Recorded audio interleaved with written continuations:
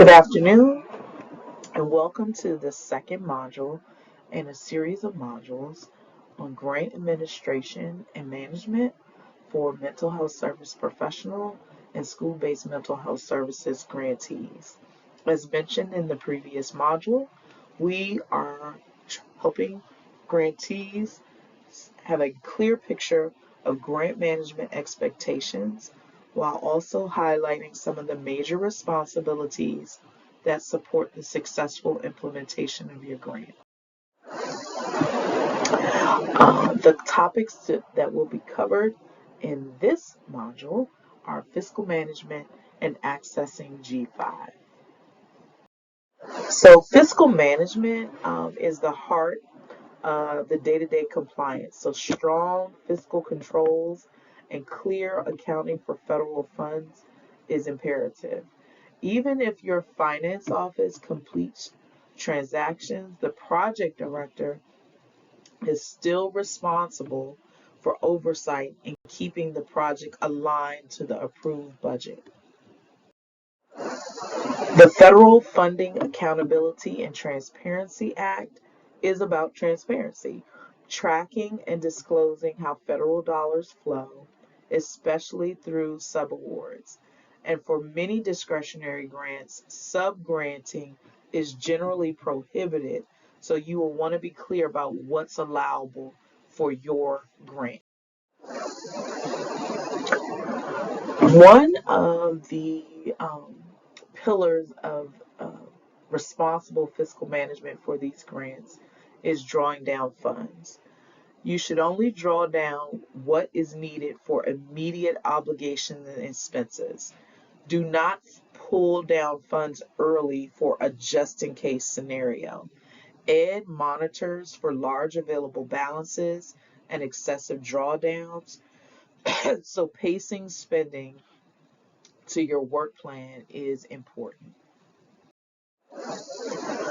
Contracts can move a lot of money, so procurement has to be or should be clean, free and open competition, no conflicts of interest, and solid documentation.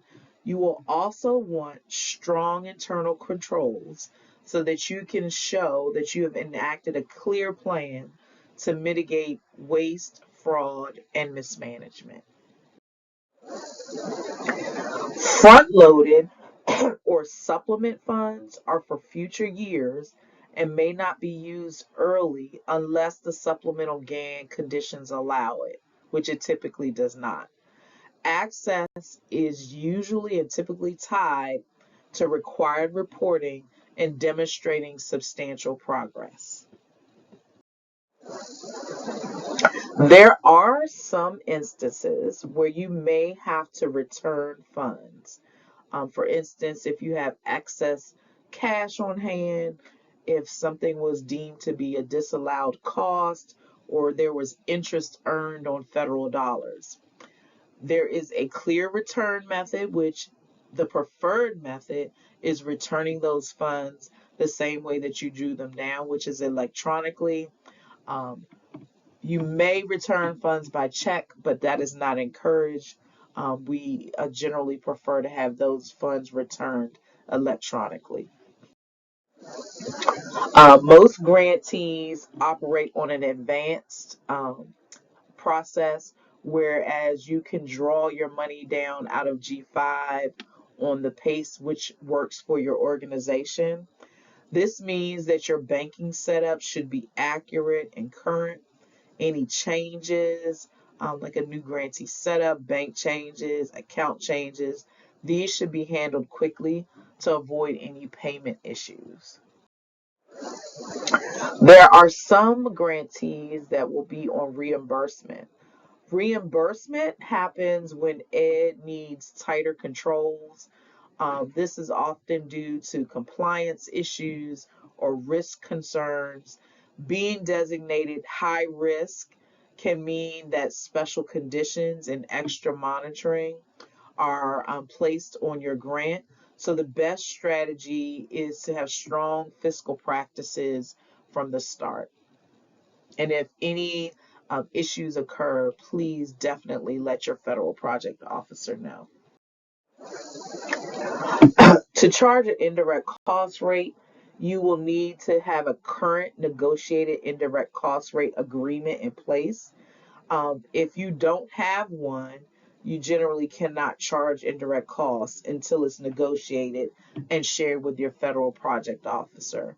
Oftentimes, indirect cost rate changes from year to year, so you will need to make sure that your federal project officer always has documentation of your current indirect cost rate. So G5. G5 is the application or system that we use and you will use for grants management and payments. You will need to make sure that both the project director and the fiscal staff who will handle the drawdowns are registered and active in G5. And especially for the project director, that the current project, that the project director reflected in G5 is current. So this is what G5 looks like. Registration is pretty straightforward. And if at any time you have questions with G5, you will need to contact the G5 help desk. Our office does not administer this application. We have a separate entity that administers G5. So if you have any questions with the mechanics of G5, you would need to reach out to the help desk. But like I said, registration is straightforward. Non-ed users, you sign up through the non-ed employee pathway. The main thing is to make sure that your account is active and you have access and no questions or issues, so that there is no delay when you need to draw down funds or submit items through G5. After you submit your registration form, you will receive an email confirming your registration and activating your ID. Keep an eye out on your spam filters. Sometimes G5 emails may go to your organization spam, so check that to make sure that that is something that doesn't hold up your communication with your FPO. And once that confirmation step is finished and you get that activate your IT, you now have access to G5. Is the end of the second module. Thank you.